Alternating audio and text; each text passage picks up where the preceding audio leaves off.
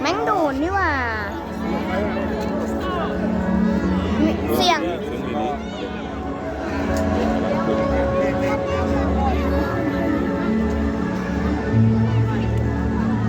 ไทยไม่ได้ไทยงามๆเล่นไทยนะเขาจะเมื่อลงเรียน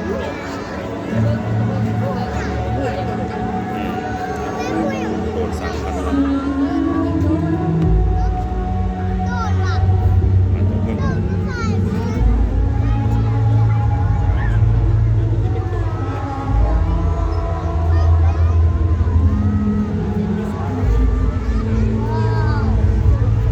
เขาจะเป็นหูเนี่ย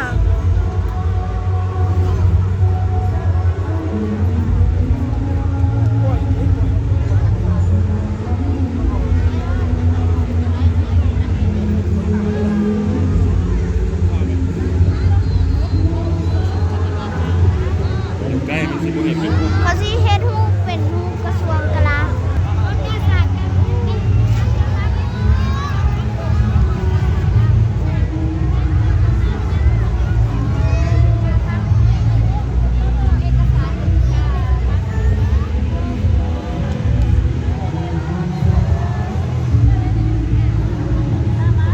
ไม่รู้นี่มันเห็นเว้ย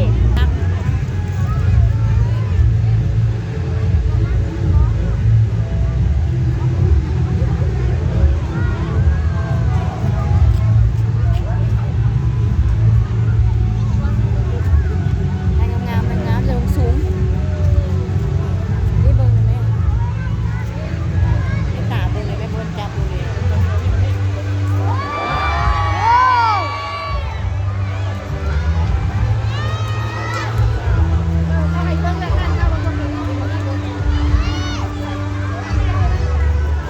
ตัวนี้เพลงหุ่นคุณ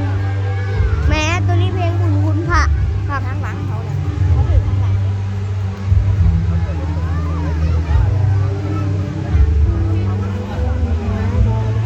เล่นลูกชายลูกก็เห็นจ่อยแต่จับลุมแม่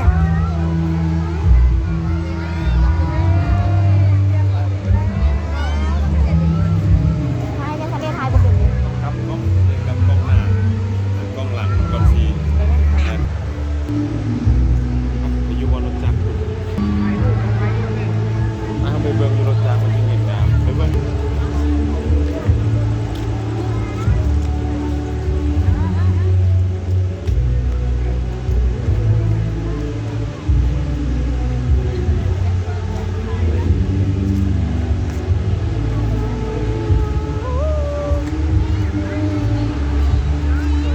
เด็กมันจริงแม่นว่ามันถือบ่มัน